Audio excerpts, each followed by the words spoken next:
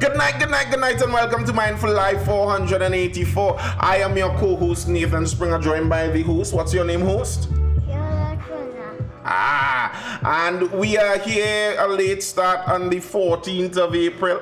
Thank you for joining. Once you are on the inside, just make sure you double tap that screen over there on TikTok. Make sure you hit 2 taps quickly on that screen, getting those likes pumping, allowing the algorithm to know what's going on. Say hi to cousin. And let's go see if we could dive into some of these news articles. Tell the people bye-bye. Bye. I'm going in my bed. I get in my bed.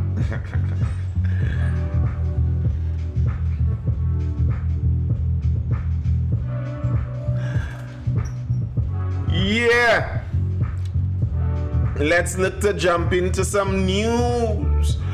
Yeah, they hold a lot of US debt. They do. A lot of their resources are stored in US dollars. And Russia learned some negatives on that recently.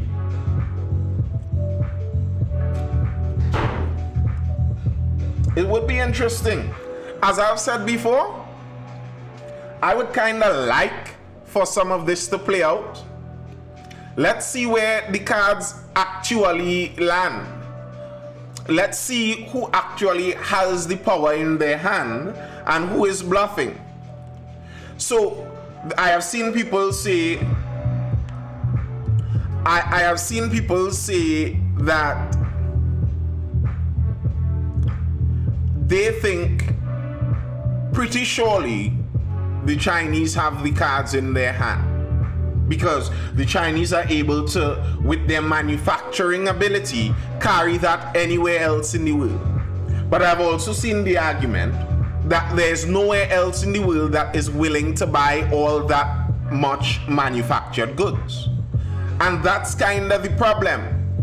There's no consumer market as consumerist as the US market. You'd get no one willing to buy that much stuff. And then I've seen some people say that maybe China would work out deals with everyone else. I've seen the counter argument to that being that let those other countries go ahead, because if it is indeed, and to me, what a lot of this would prove is who is lying or not.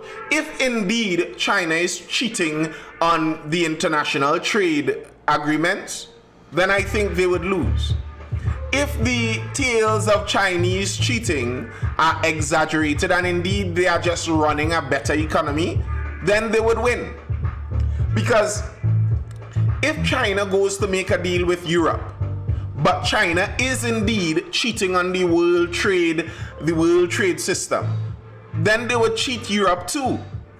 And all of those European companies that enter China to do business would quickly recognize that these people are stealing our property and are not paying us and are suing us in our country while we are not allowed to sue them in their country.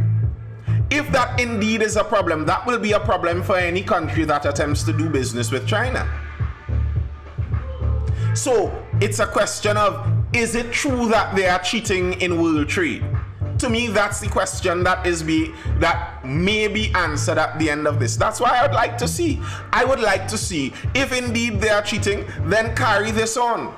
Carry this on. They will not be able to get a trade agreement equally with any other country, because no other country is able to buy that much stuff and wouldn't be able to balance their cheating on the trade. If they are not cheating, then they would be able to carry that manufacturing power to anywhere else in the world, and anywhere else in the world would benefit. There's a company currently in Trinidad and Tobago that is complaining, for example, about sanitary napkins, sanitary products, sanitary feminine products, and that the prices are increasing astronomically for people in Trinidad here because they are importing an organic brand from China. And the problem with that for Trinidad is the United States is a transshipment point from China. We don't get direct shipments from China. So if indeed China is not cheating on global trade, and it is indeed beneficial, then very likely what the United States will do is force China to develop direct routes to the Caribbean, and then that will benefit us in the international trade. Yay! But if they indeed are cheating, Nathan, you think the United States willing to burn the economy and not pay it out? Yes and no. Yes, in that they will do it if they are in a upper standing position, if they are in a powerful position where they hold the cards and they could carry that power to any other nation. As in, they did it to Russia because everyone else was willing to go along with it. Similarly, if everyone else is willing to go along with it, it wouldn't burn the economy to lock China out. It would just look like we're locking out all of our mutual enemies. So I do think they are willing to attempt to pull the entire world into anti-China pact. And then they would be willing to burn that section of debt down to lock China out. I think they would. If they are able to get a lot of the world on their trade agreement. And that's why I think the next 90 days is so important. I saw our trade minister got in early since April 3rd. I think she already contacted the American trade associations, etc. And she is in on the ground floor looking to talk. So we have chosen our side apparently, or we'll see when the deal is made. But because if you look at who the United States mentioned when they spoke about the 75 plus countries already clamoring for deals, they spoke about Japan, they spoke about South Korea, they spoke about, was it Singapore, Vietnam. They were calling countries in China's backyard. If they are able to get a stranglehold around China economically in terms of trade, where no country neighboring China is willing to transship Chinese goods because it would cost too much for their preferred US market, that is going to squeeze China. That is going to squeeze China. And that to me is what I think they are aiming to do. That is why they threw on the tariffs and all. Yes, YouTube is supposed to be on. Yes, that's why they threw on the tariffs and all and then pulled it back on all the rest except China. And are attempting to make deals with everyone excluding China. That's on purpose. And the US does have the more tempting market for any selling country. Any country that wants to sell product, the US is by far the best market. China has 5 wealthy cities and basically the rest is a third world country.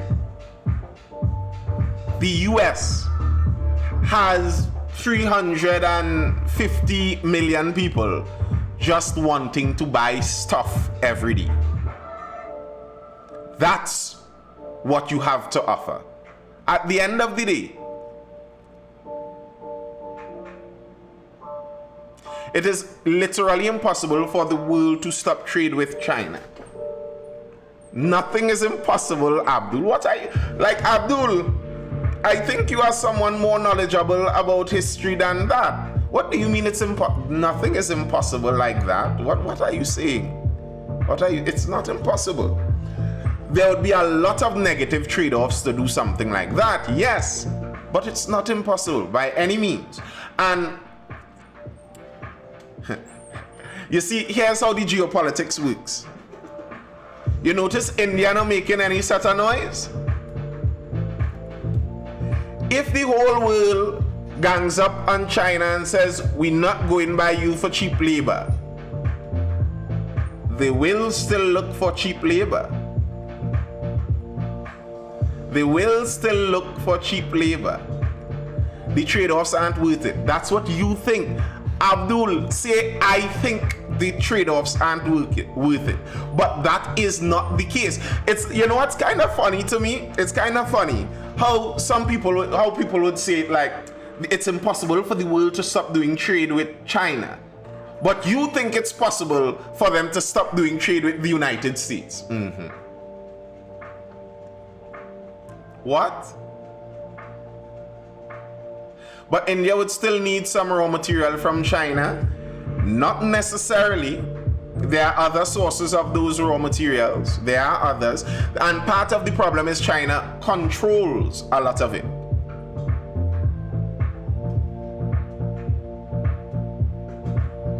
It's not possible to stop trade with the United States. To me, the problem that cannot be fought with, that exists here, is the US is the seller's market. That's just the problem as it stands. Everyone anywhere in the world is willing to make things once there's a market to sell it to. Are there any Trinidadian manufacturers clamoring to get into the Chinese market? Anywhere in China, we sell a lot of goods.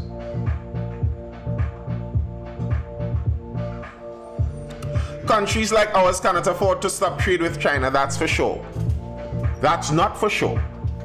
If the US demands on punishment of trade embargo and sanction that we stop trade with China, it will stop by tomorrow. It's like saying countries like ours cannot afford to stop trading with our neighbor. But isn't the United States demanding that we stop trading with our neighbor? Aren't they demanding that we stop doing cooperative deals with our neighbor? It's as easy to say that, how is it possible for us to not do deals and work alongside our neighbor? But isn't the United States stopping us from doing that currently? So how could you mean, how you mean we can't stop business with China? China entered the WTO in 99. What were we doing before 99? How are we living?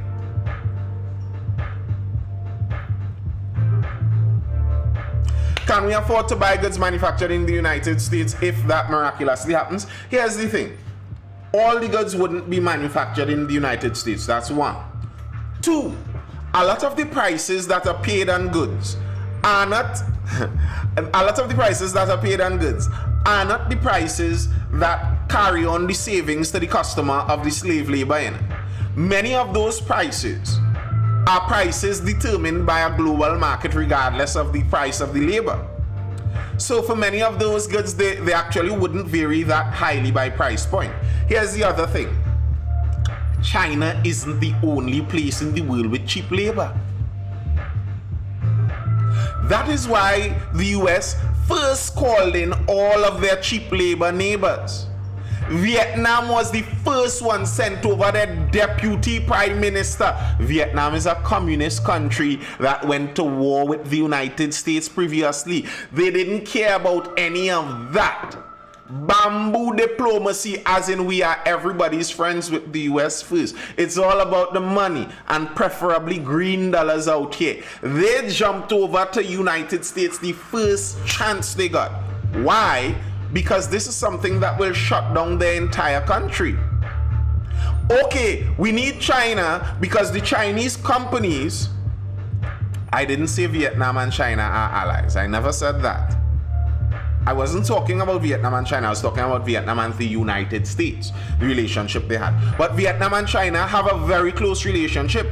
China was responsible for many billion dollars of goods exchanged with Vietnam recently. And they've been getting closer to Vietnam since Trump's tariffs in 2019, 2018 there. China has been getting closer and closer to Vietnam. If you look at those Nikes, more and more of them are being made in Vietnam. But even though it's Chinese companies building factories in Vietnam in order to export to the US market, the Vietnamese still understand that how we make our money is really through exporting to the US market. If they are closed from the US market, are the Chinese then going to buy back all of those Nike Jordans? Are the Chinese going to buy back all of those trinkets and tinkets that the Americans love to clutter their home with? Who is going to buy it? Grand, you're still in a good relationship with China. You're in a lovely relationship with China. They're sending all the raw materials for your factories to keep churning them out. But after your factory churns it out, where does it go?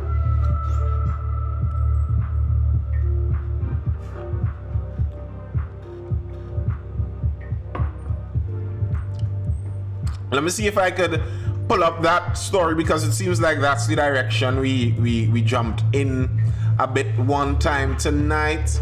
What's going on here? Hey.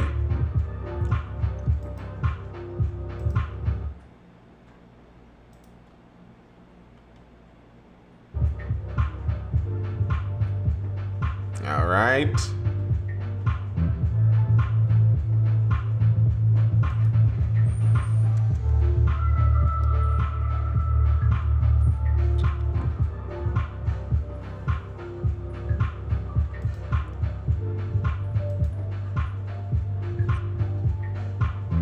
The tariffs are destroying China. Their fight back is a bluff. Here's my thing. Here's my thing with what I'd say with China. China economically cannot stand the same licks that the US could stand. But China is an authoritarian country. So China could hold the burn and millions of people could be dying off and starving in a corner of China. And China could determine that they have to hold that burn and go on. So maybe China could take it for longer. But the thing is, even in an authoritarian country, you still kind of lead with once the people aren't all your enemies. If you build up enough enemies, somebody is going to poison you and pass you out on the back end.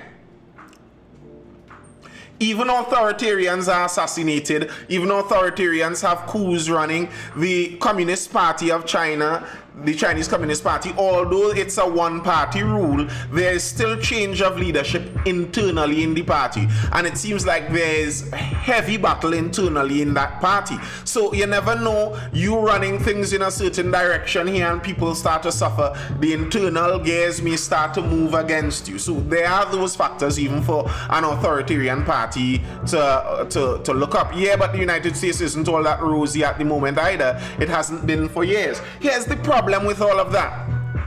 And that's why I said a lot of all of this is hinged on the trade deals they could get with everyone else. The United States still has the US dollar, which is the trade dollar for the world. It is the international reserve currency. That is a cheat code in and of itself. It means that every country trading in US dollars has their fortunes tied to the US. So the US could print 1 billion more, turn up those money printers and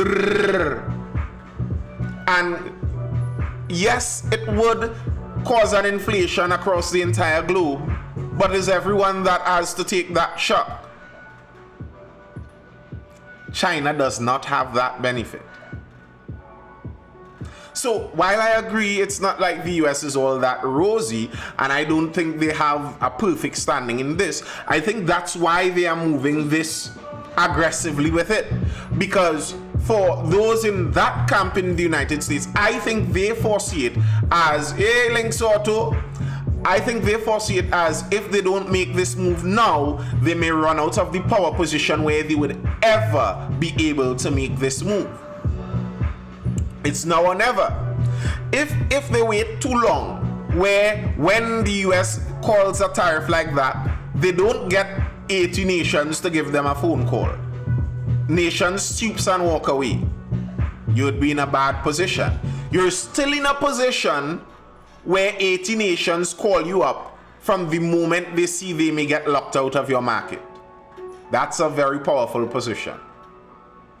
And if, as it seems like they're indicating, if some of those trade deals would have contingencies with severing from China to some extent, hard luck.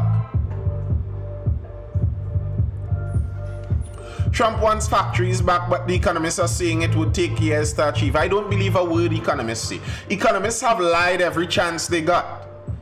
Every single market crash, every single economic disruption we've had was caused by the expert economists. I don't believe them for a second, to be very honest.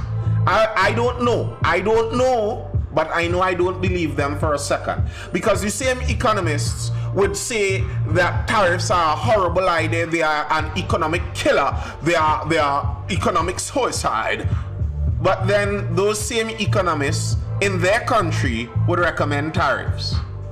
And then those same countries would say that the tariffs that China is raising up to balance the US tariffs are going to really hurt the United States. I thought you said tariffs are just hurting yourself.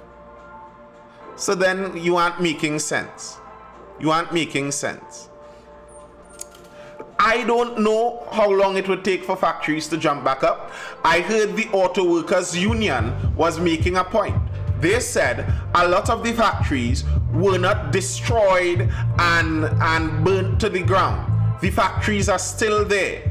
They have just been shut down.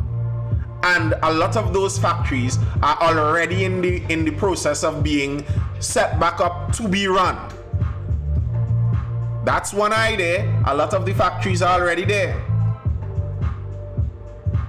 A lot of the factories are already there.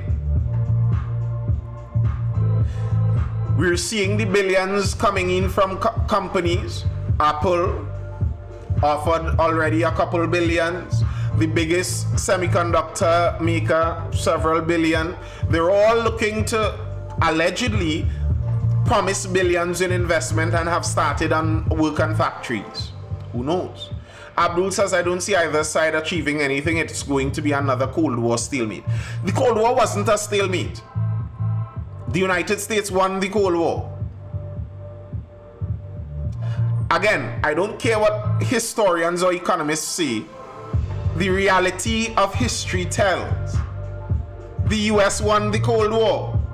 Where is the Soviet Union? What is the cultural remnant of the Soviet Union? Nathan, nah, you don't believe economists but believe in Trump. I never said I believe Trump.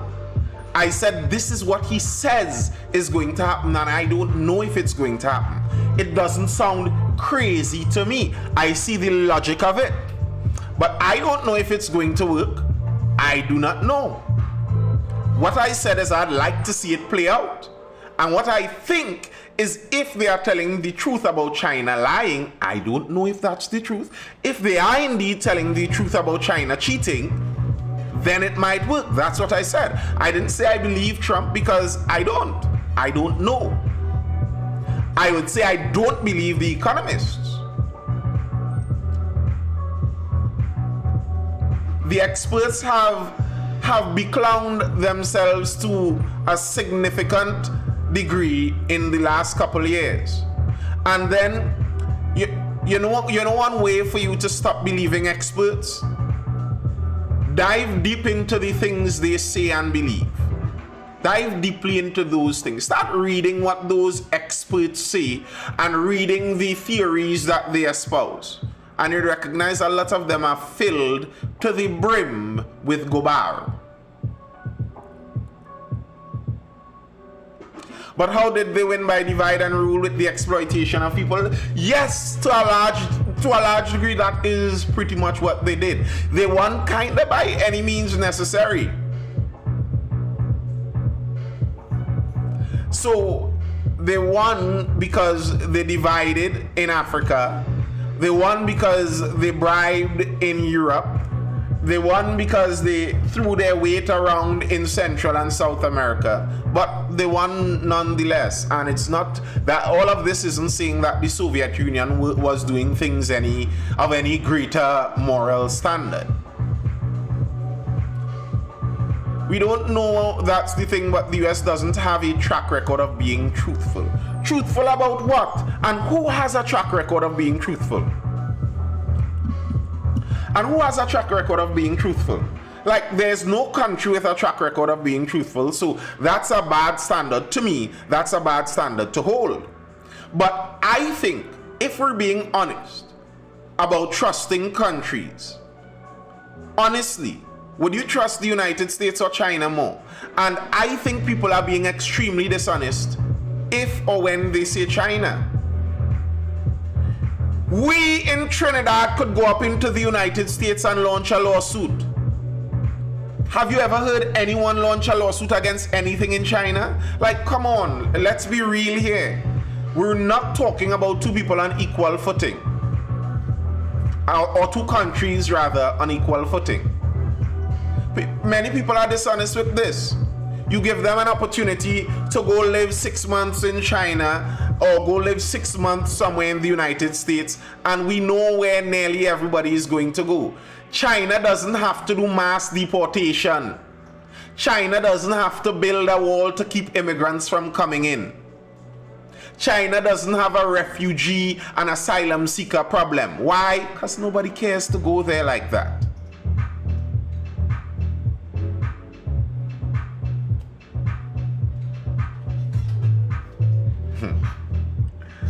It's a dishonest thing to a large extent. Let's see if we could jump in one of these stories. US-China tariff shock affects feminine sanitary supplies in Trinidad and Tobago. A steep hike in US import tariffs on Chinese goods is already threatening the availability and affordability of widely sought after organic feminine hygiene products in Trinidad and Tobago. These threats have prompted a call for government intervention by the local distributor for these products. Women's Haven, a company headquartered in the Cayman Islands with distribution arms across the Caribbean, told Newsday it is being forced to raise prices on many of its products locally. Head of the TT distributor Samantha Taylor said while the company was able to absorb higher shipping costs during the COVID-19 pandemic, the cumulative tariffs on Chinese imports through the US left them with no choice but to pass some of the cost on to consumers.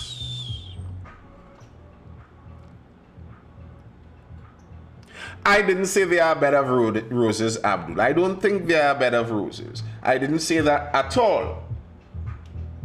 But so it's like Trinidad is no bed of roses, but if you had a choice between living Trinidad and Venezuela, we could ask the Venezuelans where they prefer. The language barrier isn't the issue, Kevin Madrid Nelson. Like, let's not be dishonest. A distraction from what, Afisha? What are they distracting us from? I don't understand. But let's look even at this example in Trinidad here. A feminine care product with a distributor headed in Cayman Islands. A local distributor here. This is the face of globalism, really and truly. And to me, there's a question to be asked.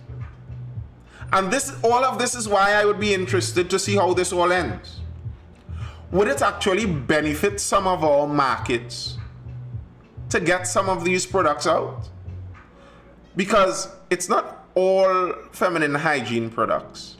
It's a product advertised as organic that is manufactured in China where we are not even sure about the manufacturing standards. Can you sue a Chinese manufacturer for falsely advertising organic?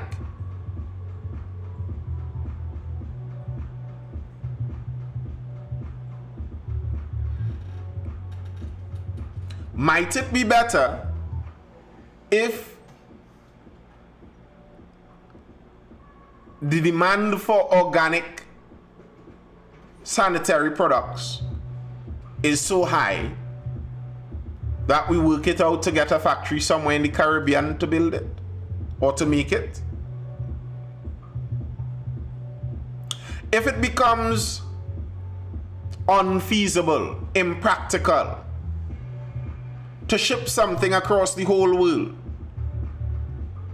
might we figure out ways to do it at a more local stage? And you know, it's kind of ironic that some of the same people who complained about global warming and climate change and stuff aren't happy for this. You're supposed to want manufacturing to happen as close to the users as possible. This decreases the length of time in transport, which is one of the chief burners of carbon dioxide. The question is why no one wants to enter that business. Well, the answer might be because the Chinese company does it cheaper. And we have an example of that very same thing here in Trinidad and Tobago, where the government did that very same thing with TCL and Rockard. The government squeezed out Rockard, and Rockard was importing cement made in Turkey. It wasn't in China, in Turkey. They were able to get it cheaper than TCL was able to make it here locally. And the government squeezed Rockard out by basically putting duties on it. Tariffs, basically. And if they make it impractical for a local company to do it, they will squeeze out the local company. While if they make it practical for a local company to do it, then they will bring them in.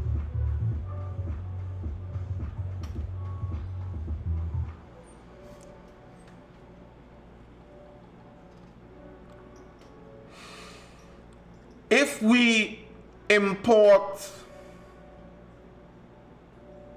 any product you could think about. Someone was saying BYD as in the vehicle. If we import BYD because we like the price point of BYD, but then they shut down BYD from entering Trinidad, we will buy Chevy and Ford. People will buy the Chevy and Ford. It's not like it's going to disappear all of the market. That's not what's going to happen. And I think the truth is, and this is why many people hate globalism to that extent, and why the super wealthy love globalism to that extent. Who is able, you think, what kind of people are able to decide that, well, I'm going to bring in 2 containers of goods from China and market it to the Caribbean? What kind of people are able to do that by and large?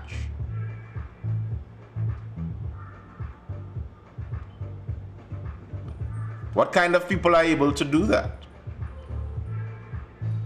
So, instead of capitalists who would have once had to invest in manufacturing, hire workers, deal with local workers, pay into the local economy in order to get a product to sell, now we have capitalists able to bypass the entire local labor market.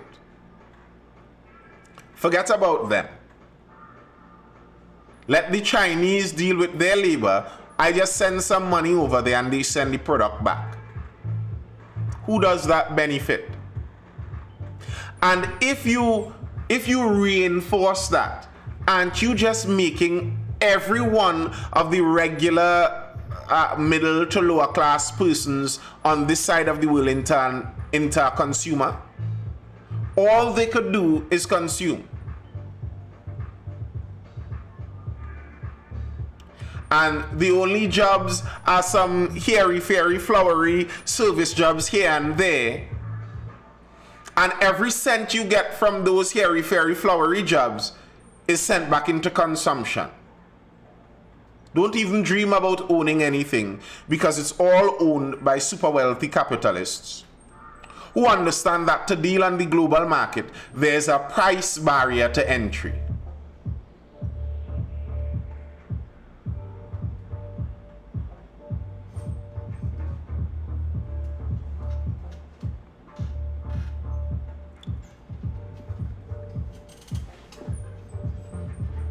It would be interesting. I would like to see how it ends. I'd like to see how it goes. Let's jump into some local politics. UNC slams PNM's crime plan as recycled, unrealistic. Many of the elements of Prime Minister Stuart Young's crime plan already exists, has been proposed by the UNC or cannot be implemented because the police do not have the tools, says UNC Tabakit candidate Sean Sobers at the UNC General Election Mayoral Community Meeting at the Eau Claire East Secondary School on April 12th. Sobers criticized the People's National Movement plans for national security revealed by Young at a PNM meeting at Signature Hall, Shogunas on April 10th. Giving examples, he said Young spoke about expanding police undercover operations and having an elite squad within the police service, but undercover operatives were already functioning in TT, and there were already several specialized tactical units in the TTPS. Listen, this song...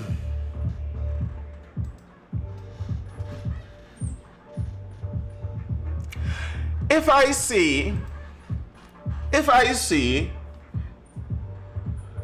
for the next month, I have plans to expand my media production. I have plans to create 3 more videos per day and launch a morning live show. Would it be a sensible retort for someone to say, well, there is no change because you're already doing shows?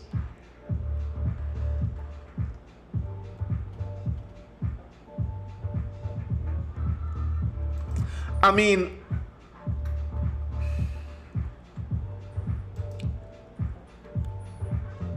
that doesn't make sense to me. Like, okay, I understand it's politicking, but criticize the idea on itself. Don't say that they're already doing that, that's why it's a bad idea. If he says they're going to expand the undercover unit, to say that they are already undercover officers, so it can't be done, kind of doesn't make sense to me. I don't know.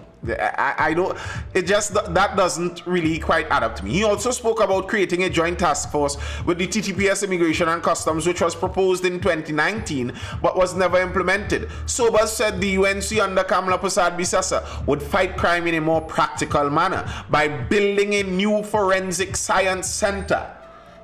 What is a new forensic science center going to do exactly?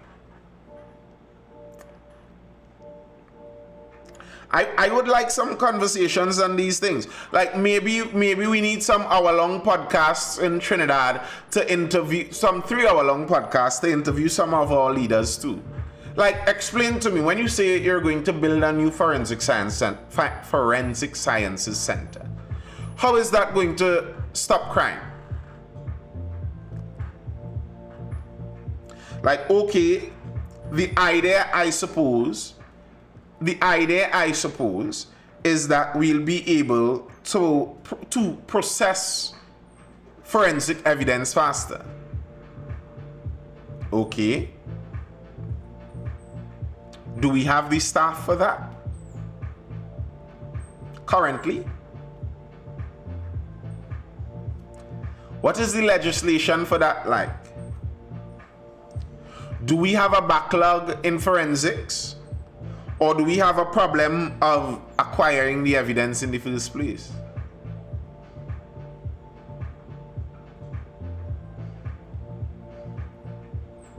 Ah, I see, Ron. Someone was telling me about that, Ronnie. Someone was telling me about that. Creating special offenses for home invasions. And while I despise the entire home invasion trend that caught on, while I despise that, I ask myself, what would a special charge for home invasion do? As it stands, home invasion is a crime. Is it that we are catching these home invaders and we are struggling to get them behind bars for long periods of time because of the charges available? Like, for example, something like that. Explain to me, show me an example. Okay, so you all remember when these men invaded Tanti Joy's home.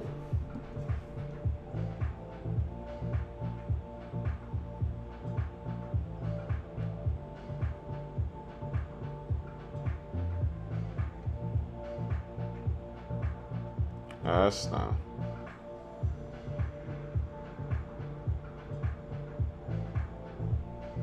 Yeah, you have to give me an example of this. Remember when these men invaded Mrs. Joy's home and the police caught them and they were only able to give them charges for assault or whatever the case might be. Explain to me why we need a special charge for home invasion. Because running into someone's home is already illegal. So what problem is a new charge going to solve exactly?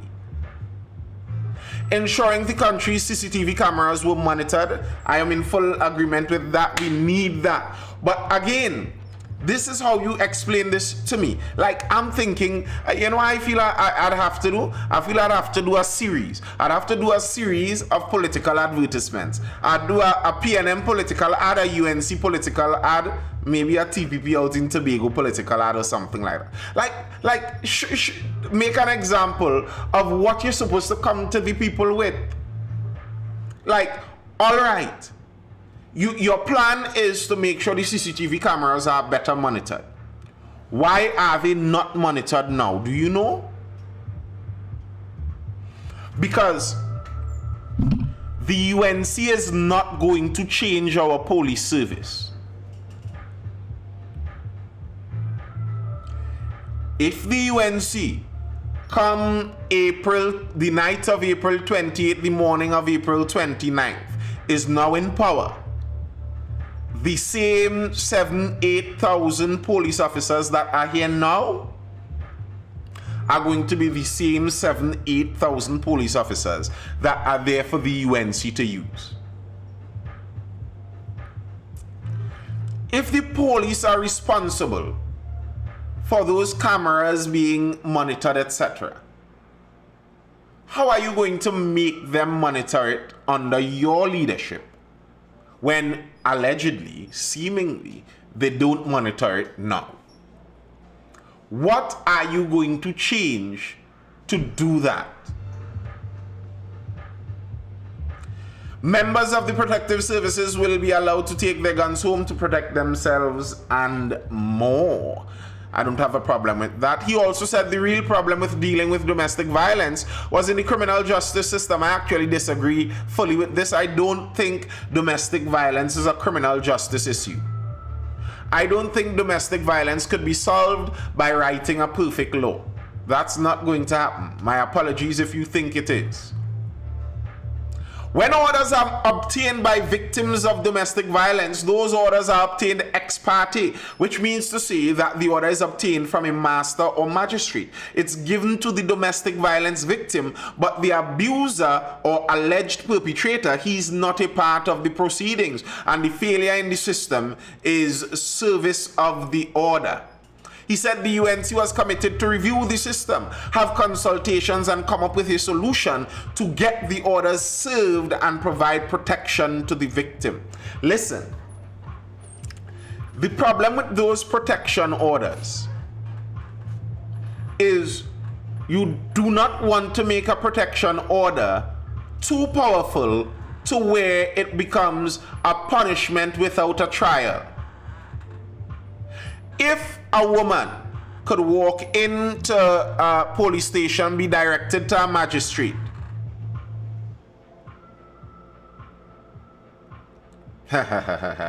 good question, Abdul. If a woman could walk into a police station, directed to a magistrate or master, and get a legally binding document against her romantic interest without any evidence necessary, and that have significant impact on the man's life, that is very likely going to transgress our constitution, because there'd need to be a case. There would need to be a case.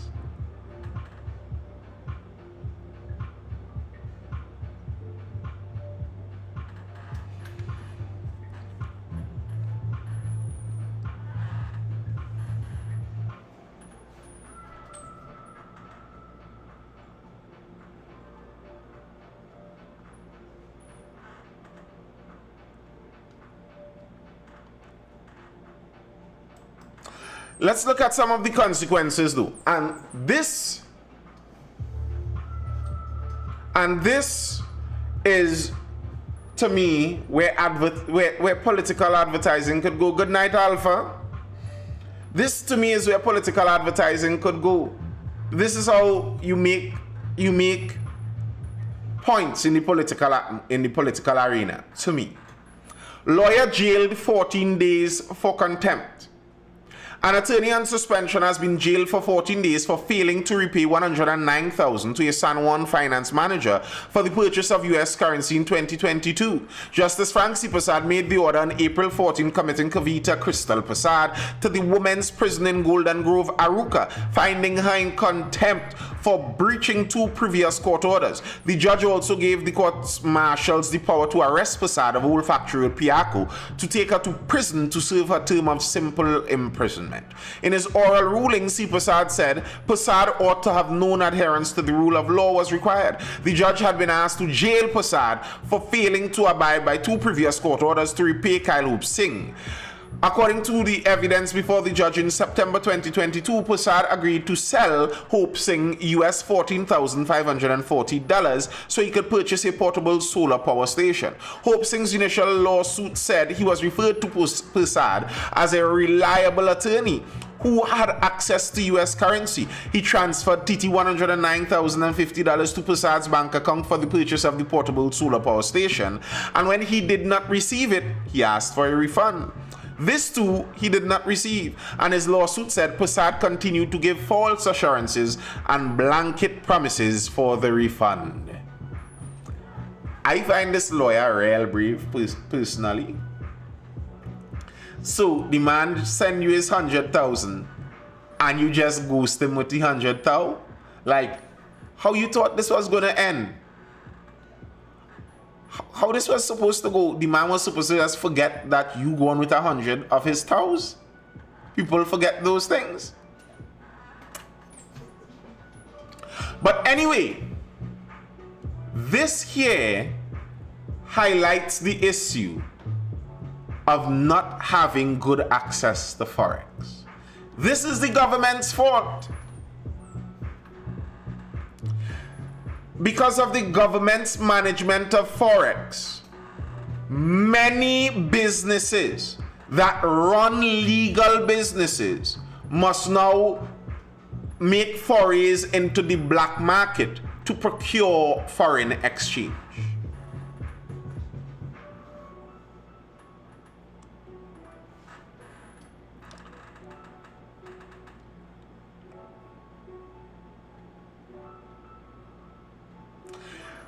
He, and this is the judge, Frank C. Prasad, he also pointed out that the arrangement was not one which accords with the law, since there was no evidence that Prasad had a license or authority to engage in the sale of US currency.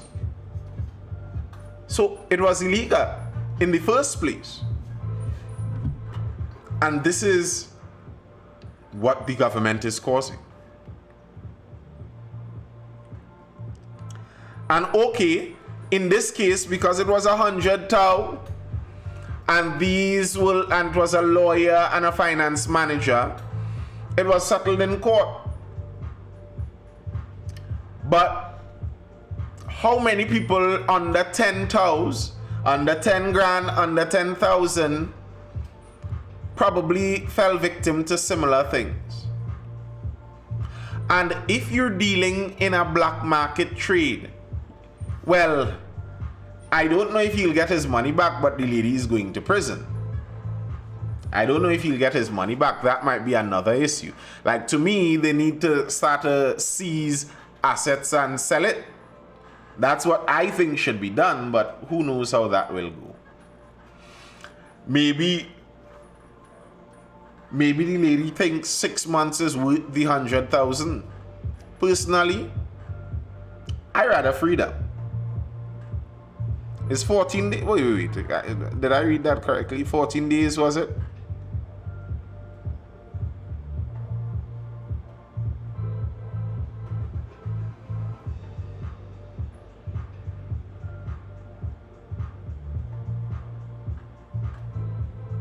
Yeah, 14 days. My bad. 14 days. 14 days for 100,000? Maybe. Maybe. But your name getting a drag in there. Like, I feel I'd have tried to pay. Maybe the lady just doesn't have the money anymore. That could be a reality. It could be that she just doesn't have the money anymore. But talking about rulings from our courts. Speaking about rulings from our courts. Good night, Karim Del Pashova on YouTube. Always there. Thank you. Speaking about rulings from our courts. Court orders customs to set clear rules on adult toy imports. The Comptroller of the Customs and Excise Division has been given 2 months to create and publish clear rules on how adult sex toys are imported. The High Court said the rules must explain that these items are not automatically considered indecent, and on those that fall within the definition of indecent under the Customs Act and should guide both customs officers and the public. The order was made by Justice Westman James in a ruling on April 9th. He held the comptroller acted unlawfully in seizing adult toys imported by Rona Zamora Rodriguez, he also declared the comptroller acted irrationally by the continued failure to provide policy guidance. James held that the seizure and detention of Rodriguez's imported goods included multiple consignments of sex toys between April and June 2023 was irrational, unlawful, and a breach of the rule of law. Although the seized items were eventually returned, the judge said the matter remained unresolved and required judicial determination, particularly the failure of the comptroller to publish a clear policy under Section 45(1) L of the Customs Act. There is significant value in the court issuing declaratory relief, as the interpretation of Section 45(1) L carries ongoing legal significance and warrants judicial determination. I am of the belief that there is good reason why the court should still determine the case, as it is in the public interest to do so. Here's what I find so interesting about this.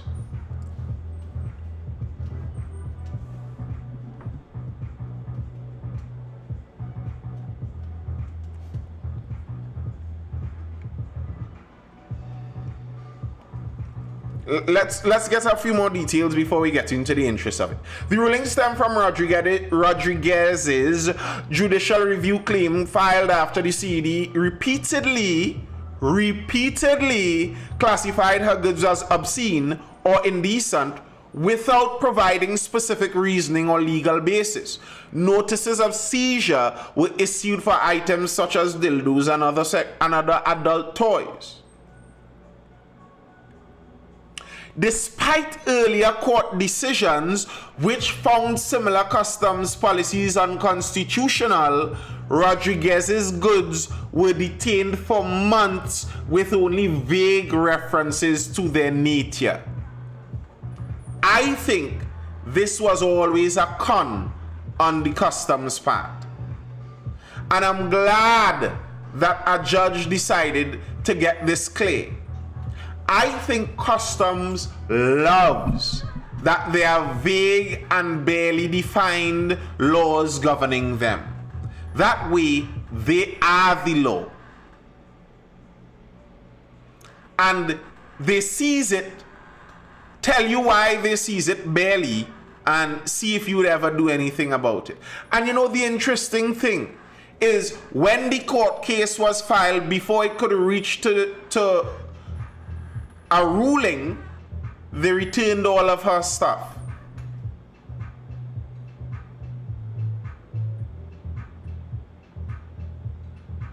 They returned all of her stuff. So I'm pretty sure they knew it wasn't illegal. But they wanted to steal. We employ thieves, apparently. Dildo thieves.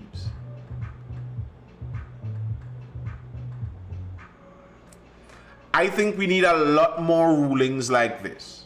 I think we need a lot more rulings like this, insisting that customs makes all of their expectations and policies and laws extremely clear so that there is no gray area for customs to whine in.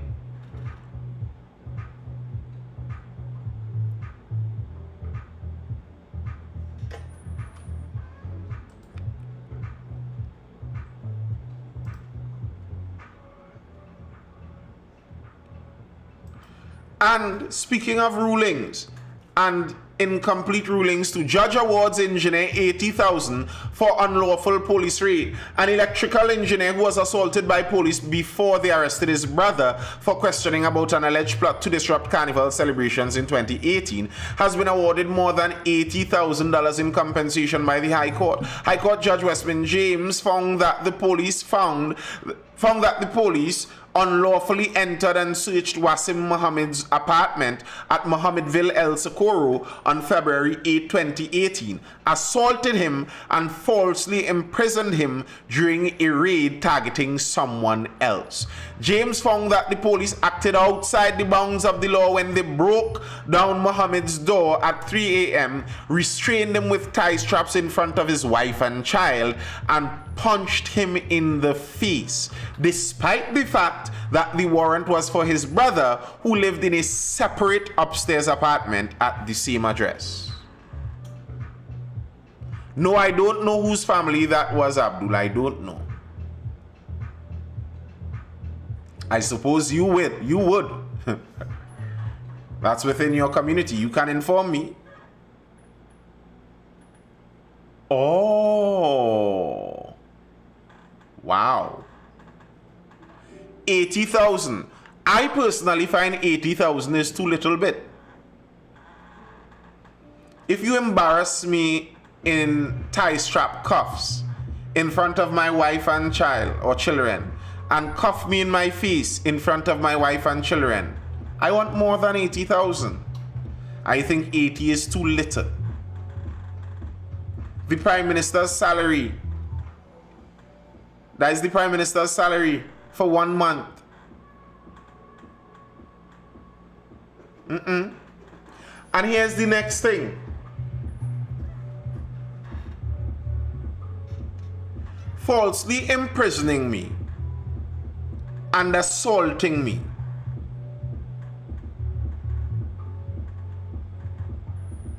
That's a crime. Exactly, militant rockstar. Okay, you found that I get the 80,000. What about the officer who punched me? What happens to him? Okay, the officer who broke down my door, they could say they misunderstood their warrant, because part of their defense was that they believe the warrant allowed them to access the whole house, while that wasn't true. But all right, you could say you misunderstood the warrant. It was a mistake. But there is no legal grounds for punching me in the face when I am handcuffed to the ground.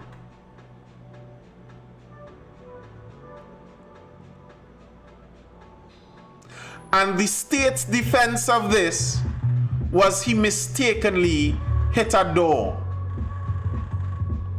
He wasn't punched in the face. He bounced into a door by mistake.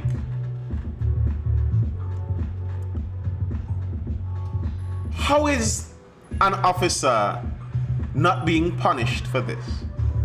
And tell me, if you don't punish an officer for this, aren't you encouraging more of it? Who is this officer? Fire those officers and give the man their gratuity. I would agree with things like that. Like, I don't think you should punish officers unduly for mistakes. So, all right, you could misinterpret a warrant and mistakenly think that it allows you into that door. All right. You don't mistakenly punch a man in his face. That's assault. If I mistakenly punch an officer, They might literally kill me when I go in the station. If I mistakenly punch an officer, I am going to prison.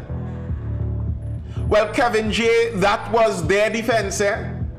If you have a problem with that, talk to your batch and them.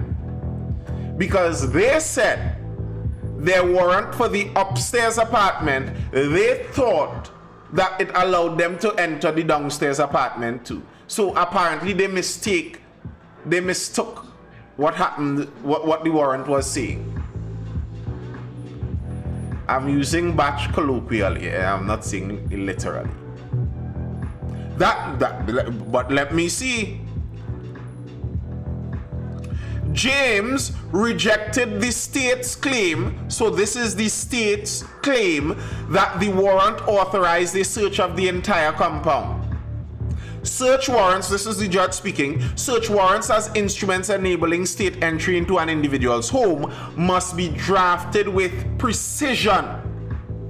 This ensures that such entry is lawful, thereby preventing state overreach or abuse and safeguarding the sanctity of a person's home.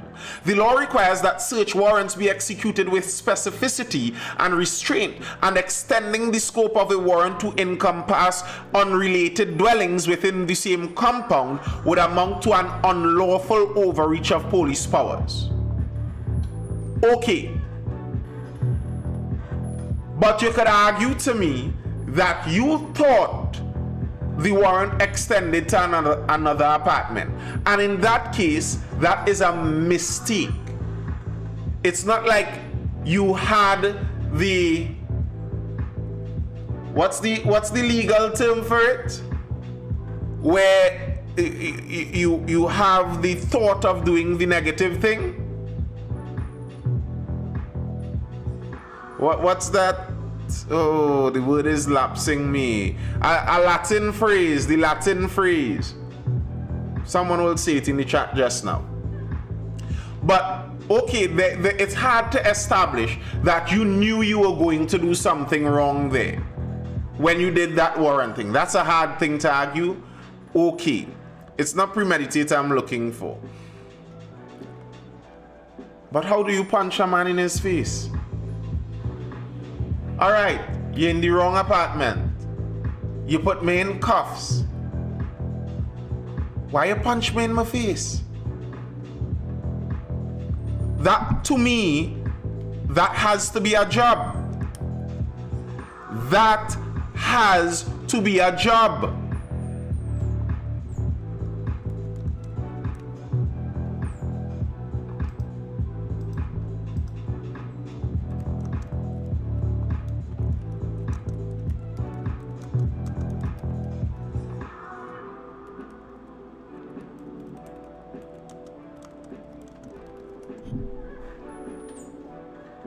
Kevin G says I need state, bro.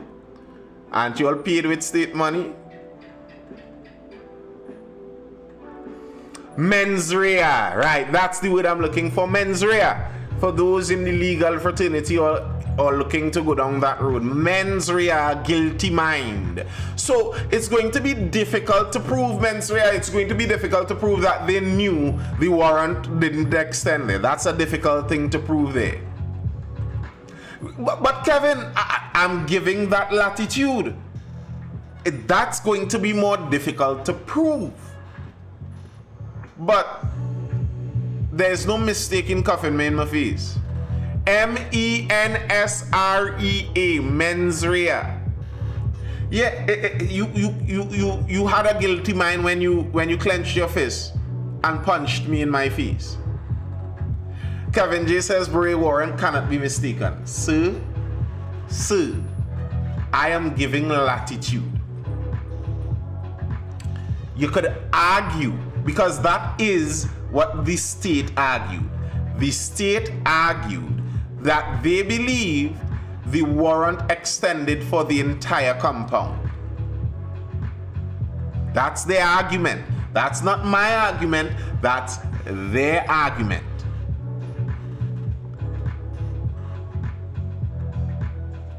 Okay.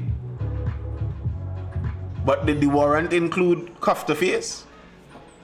Let's a cuff to face. as a Trini man with a healthy serving of ego and testosterone, I cuff the face in front of my family and my children.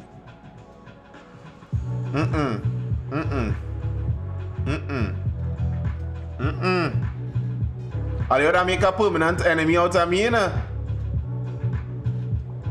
Officers, y'all would... No, they didn't buy that. They didn't buy that. He said he did not believe that. But I'd like to know why there are no consequences. And the only consequences is that our money, state money, government money, tax money is going to go to pay out the man. It's still too little bit in my book. 80,000 is dog money. But no one is held accountable for that.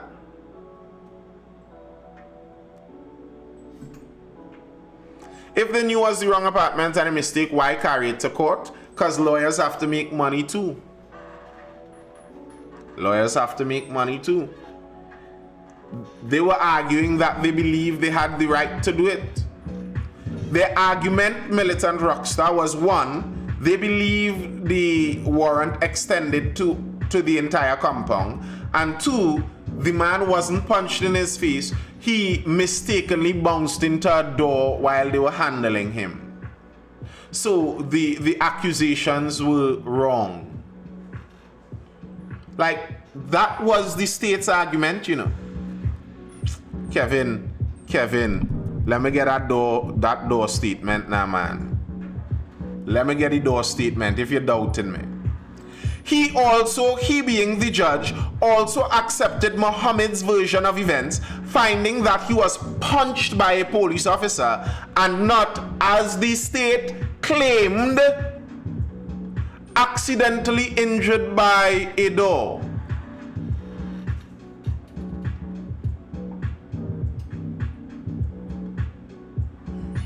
The state claimed he was accidentally injured by a door.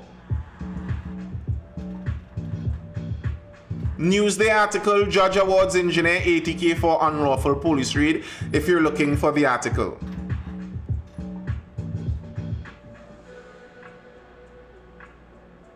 Yes, according to him. That's why I'm telling you, if I am in tie strap handcuffs, sit down on the ground in my living room with my wife crying and my daughters traumatized and crying, and then you know very likely if a cuff pass, they cussing. We know police officers. They insulting and cussing, and then you cuff me in my face while I restrained. Sir, I am marking your face. I'll say no more, because I am a man of God, and I don't want to let my heart stray down those darker avenues. I'm telling you, I was marking. I will never forget that face. That face will be seared into my mind. Like, bro, if you carry me in the Jeep away from my family,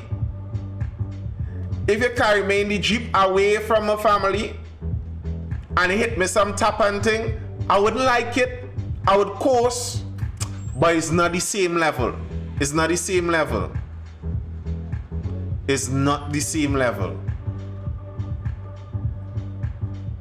In front of my family, bro.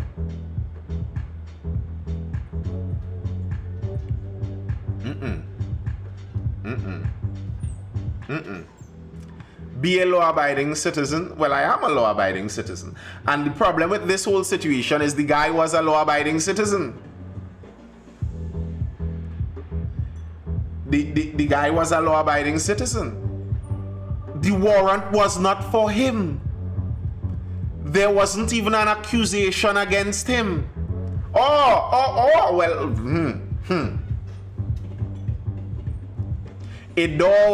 Well, Kevin, we know men fall off of chairs and things in the police service, under police custody already. We know these things. Yeah, but here's the problem that police would encounter with that kind of behavior.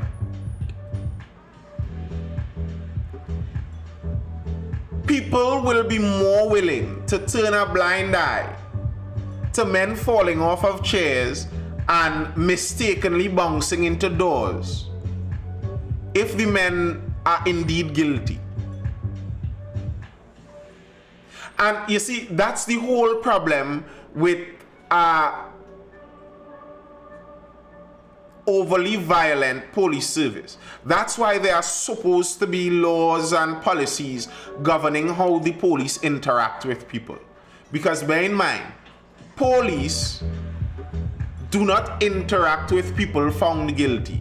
Well, Kevin, the general public wasn't the ones who made the hullabaloo over that chair guy, you know. Those were his lawyers. I honestly, that didn't bother me, to be very honest. To be very honest with you, the whole chair issue, I just remembered it, but it didn't bother me. And the wider general public didn't really care either. But if the guy is innocent, and remember, police are not dealing with people who already had their day in court. So you are supposed to treat everyone as if they're innocent. I like that answer, Kevin. This kind of name. You work in ID card office? You work in warden's office? By chance, Otis? Are you by chance the warden's office administrator? All these names. You work in Red House? names you want to call. Sir, Muhammad's younger brother, and this is the icing on the cake to me. Muhammad's younger brother, Tariq, this was the person who the warrant was actually for, who was also arrested but detained for several days before being released without being charged.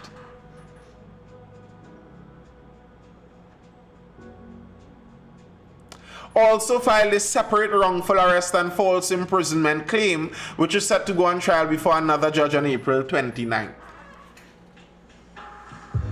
The man who the warrant was for, they didn't even get him on any charges. So the entire activity was a waste of time and money. I wonder how many officers went. And what was their pay for the day? How many vehicles went? How much fuel did they use? What was the wear and tear on those vehicles? Combine all of the money spent for this operation and then combine it with the 80,000 plus the 21,000 in interest and fees. Then very likely the brother going to be winning his case too, so that's a next couple thousand going out there. All that cost for what? For some police who was bullied in secondary school to come out and feel like a man now? Listen, they have to do better scanning on police officers. Anybody who was either a bully or bullied in secondary school, they can't be police. I'm sorry. We're banning them. If I was the supreme leader of Trinidad, we going back to your high school classmates and I want to find out, was this person the bully or were they the person being bullied? Any one of those two, we don't want you as a police. Real men who get bullied in high school, gone in the service with a chip on their shoulder to come out here and pest the people in it.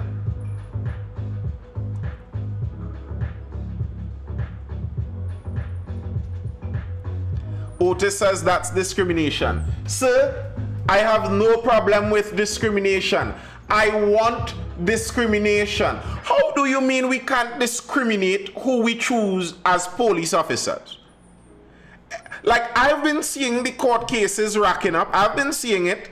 But how do you mean we cannot discriminate on our officers that we want?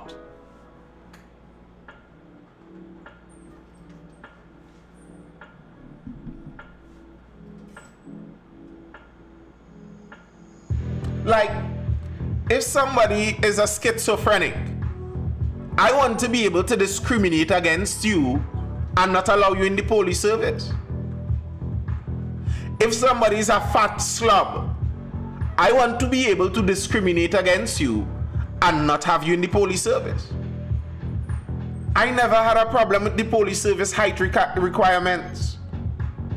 I don't have a problem with their facial hair requirements either.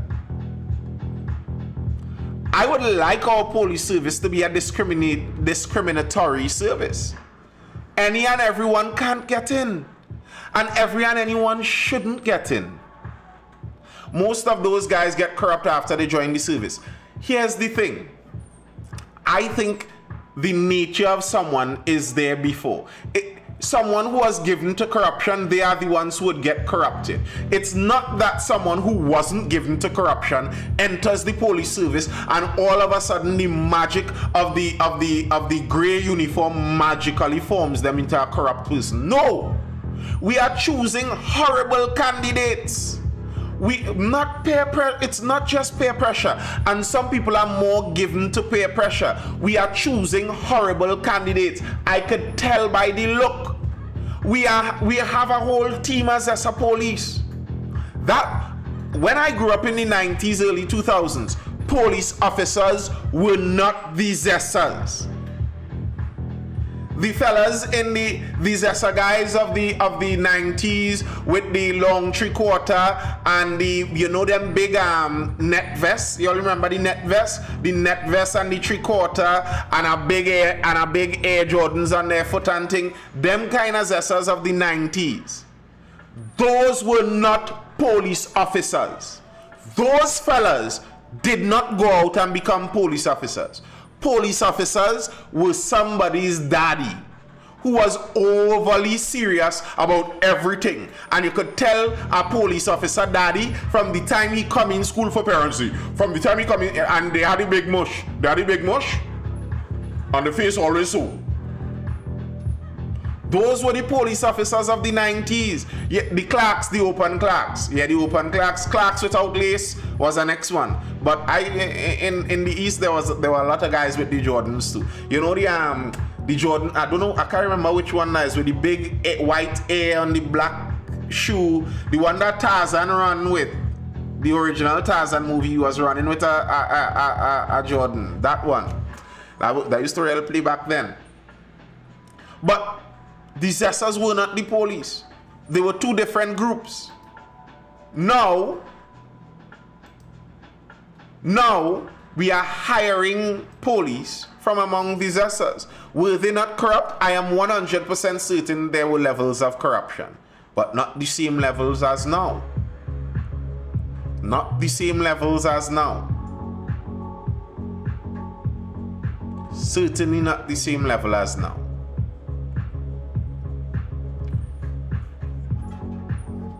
You used to see 90s police posing for pictures with their gun?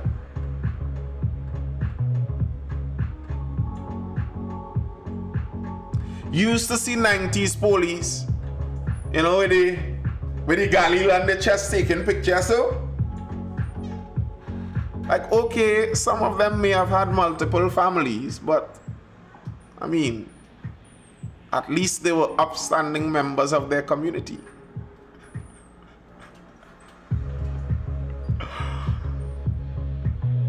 It's who we're choosing. It's who we're choosing. We are not choosing the best. We are not choosing the most suitable. We certainly are not. And that's what I said. I don't want anyone who was bullied. You can't be a police. You cannot be a police. Your psyche isn't at that spot. You would go out with a chip on your shoulder, something to prove. You looking up to make up for lost time. You have in your mind that fella who steal your lunch money and that out. No. We don't want you. We do not want you. Interview their classmates. My view on witness protection. A corrupt police service kills the whole idea of witness protection. A corrupt police service kind of damages the whole idea of witness protection. And Trinidad is so small. Witness protection becomes a difficult thing. Maybe, who knows? Maybe in the ideal, we could see if we could get a multilateral deal for witness protection where we could fly people out to Jamaica or something for witness protection. Maybe not Jamaica.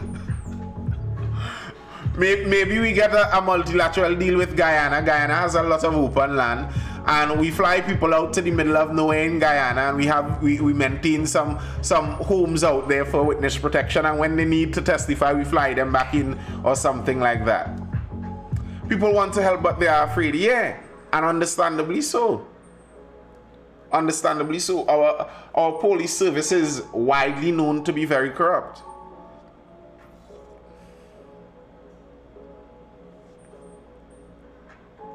It is widely known to be very corrupt, and how am I going to be any kind of witness to any kind of crime and you telling me that the police service is corrupt? People die for these things all the time. They die for these things all the time. The gangs have links in the islands, so that not working either. Nah?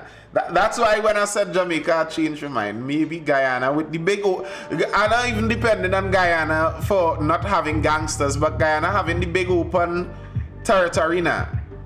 I feel we could get somewhere remote where we limit the number of people that know they're there and all of that kind of business. The Guyanese government don't even know who and what and what and what.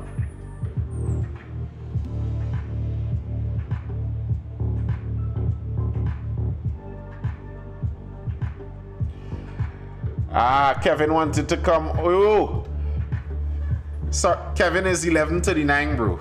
The time too late there. I'm looking to wrap up, but I will be here again tomorrow. Please jump in. I like when you jump in. We have good conversations, and you don't blindly batch me down. So that's always a big plus. They have numbers there as well. I don't doubt it because the number people get tied up with this, and this is the point I was making a long time when there were lots of people suggesting that these young gangsters, these are not the real movers out there, you know. It's the 1%ers who really working, and they had the black people looking bad. The black people are the real gangsters. These guys are transnational criminals. They don't need a white-skinned person to know how to import and export criminal products. They're doing it all on their own. And this kind of minimizing and underestimating of these gangs, like, you know, these are just small fellas. The poor ghetto youth. These are just poor ghetto youth out here now. The poor ghetto youth that's no. These guys are multi-millionaire, multinational, transnational criminals.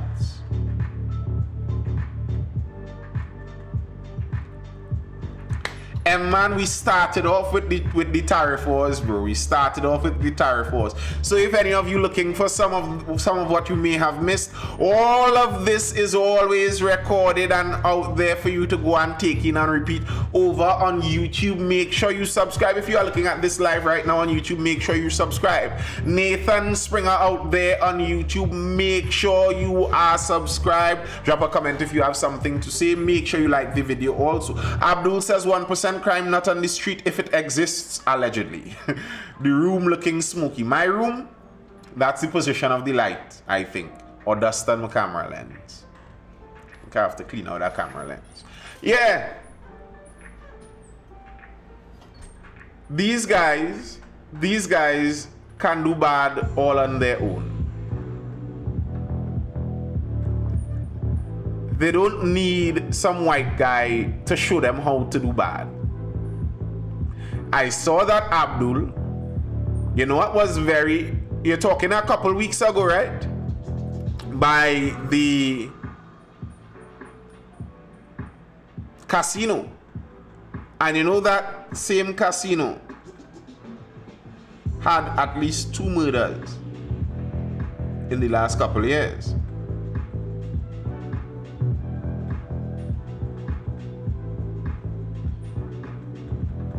The guy in the Range Rover and a guy in, what was he driving? The other guy was murdered in the car park. I can't remember. Was it an Aqua? I think it was an Aqua. 2 murders on the compound.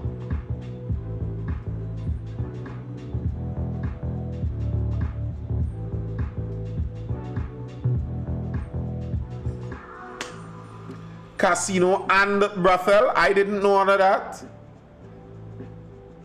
You need customs, you need Coast Guard, it's a system. Years I telling people about the triads in Trinidad. This was last year. You know, I often surmise that it's kind of obvious there are underworld figures in different communities. Like, there is cash moving around in some communities that you don't know. It's alleged that the Chinese community generally doesn't typically use the banking service. A lot of what they do is raw cash.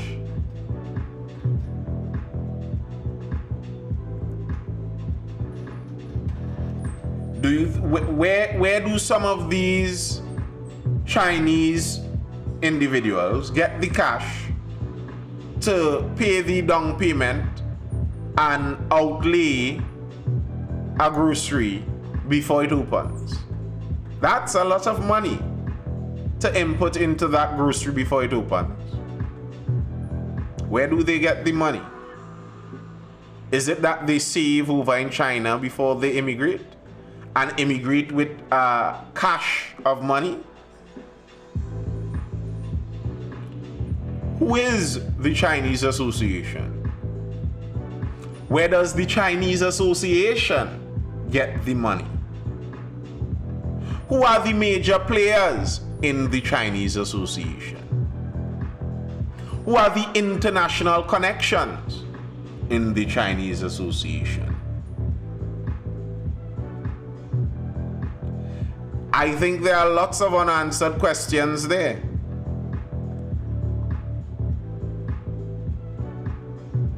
I think there are lots of unanswered questions there. And if it's the Chinese embassy is an extension of the Chinese government. So are you saying that the Chinese government is sponsoring the opening of private enterprises in Trinidad and Tobago to compete with our local enterprises? That nearly sounds like economic war.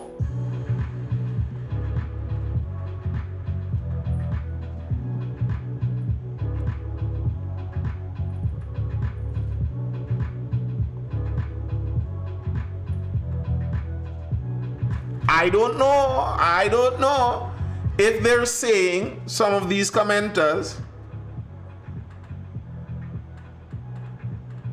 okay, if they're saying, as some of these commenters are saying, it is all from the Chinese embassy, that's the Chinese government, I don't know. I just ask the questions because those are questions I've always had, like what's the source? Where does it all come from? I don't know. I don't know.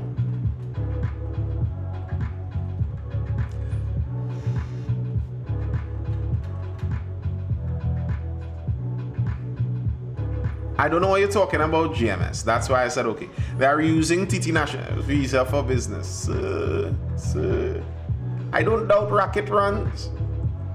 I see a Chinese grocery opened this week, and these Chinese citizens already have their food badges and all their licenses procured and all of that.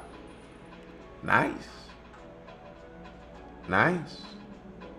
There's a new tendency now, a Chinese-owned grocery staffed completely by Venezuelan migrants. Interesting.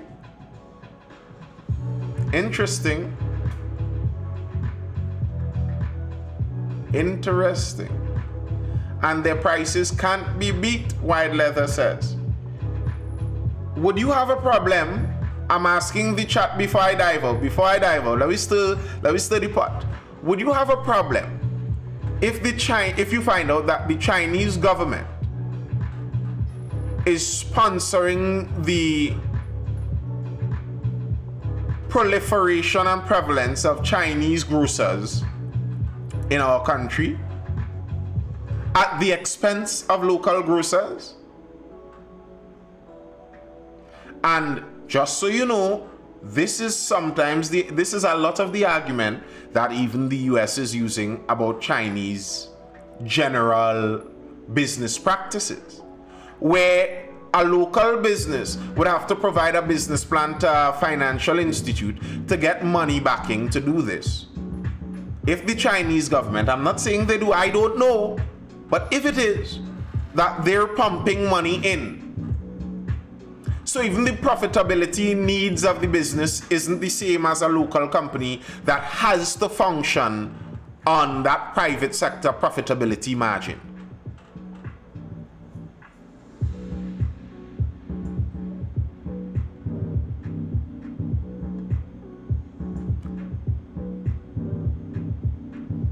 Would you have a problem with that? And if that was the case, and our government can do something about it, would you want them to? Or would you be okay if pretty much all of the supermarket retail went to Chinese grocers? So the main profit of the owner is Chinese, and the workers are Venezuelan migrants. So none of the profit that goes into the business stays in Trinidad and Tobago. Would you be okay with that? For the cheaper prices, you know? Or would you prefer that Ramlal and Sons opens on the corner, employs Becky as their cashier, and Becky makes a salary, George is the packer, Harry is the lorry boy and the warehouse attendant, and Ramlal and his son make the profit, and all of that stays in Trinidad? Which would you prefer? And okay, some might argue, as some economists might argue, well, the problem with Ramlal and Sons is they do not have a good economic model for the global market. Well, maybe the global market is cheating. I am basically 100% certain, M-Man, it would not. White Leather says, or maybe Trini Grocers was busing price in retail and only now it's true competition. I prefer free trade and fair market. Here's the problem with the free trade and fair market. If the price the local grocer was charging was because he has to make a salary for him, he has to pay his workers our minimum wage, and he has to make a profit for the business. But on the other hand, what if, in pursuit of cornering the entire market, the Chinese grocer doesn't need to make a profit because they have capital coming in from outside? They hire all migrant workers, so they pay them under the table and do not pay them a fair salary. And because of that, they could undercut all the costs in the market and undersell by price. Would you still find, well, the local grocer is busting retail with price, so I want fair prices now? And my problem with thinkers like that is they are so short-sighted. They are so short-sighted. Black people again. Black people again. The land cheap now. I could sell it and go downtown online. Sell out the land now. And then 50 years in the future, wondering why your children have nothing. Short-sightedness. I want to pay $5 for a blue soap instead of $7, and I'm willing to sell out my country's middle class, to sell out my country's retail for $2 cheaper on blue soap.